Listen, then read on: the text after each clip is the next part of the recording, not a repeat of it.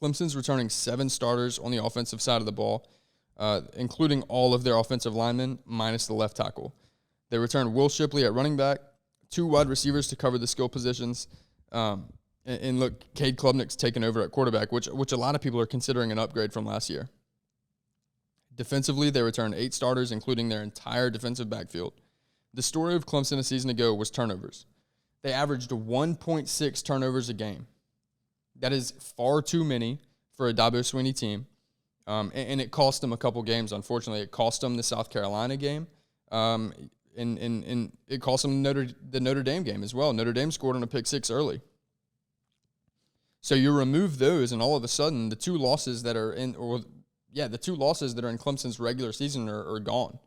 And then they go into the ACC Championship, not just to win the ACC, but for a playoff berth. So if they can get that fixed, and if Cade Klubnik can be the improvement that they expect him to be, this is another team that's right back in the mix.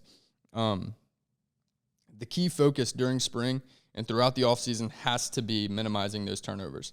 Like I said, they were really, really close last year. 2 lost regular season. And ACC champions, mind you. Like, not a bad year by any means. Just performed a little bit under what they desired. Won the ACC and then lost their bowl games. So they have a bad taste in their mouth to end the season. But this is a team that's right there.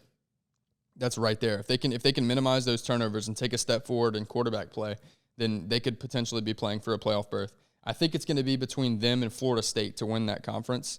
But one last thing. This is a key factor as to why I think that offense is going to take a step forward, minimize those turnovers, and increase production. They went and got the offensive coordinator from TCU, that's Garrett Riley. You know, in his first season with TCU, they were in the national championship game. Max Duggan, the quarterback for TCU, was a Heisman candidate. And this is the guy. Garrett Riley is going to come in, and this is my expectation. I can't promise this, obviously, but this is my expectation. I expect them to be a high-flying, dominating offense that, like I said, is going to compete against Florida State for the ACC Championship. If it goes any other way, I'll be very, very surprised. Those are the 2 best teams in the ACC, at least looking at it from right now, from our vantage point, 5-6 months out from the season.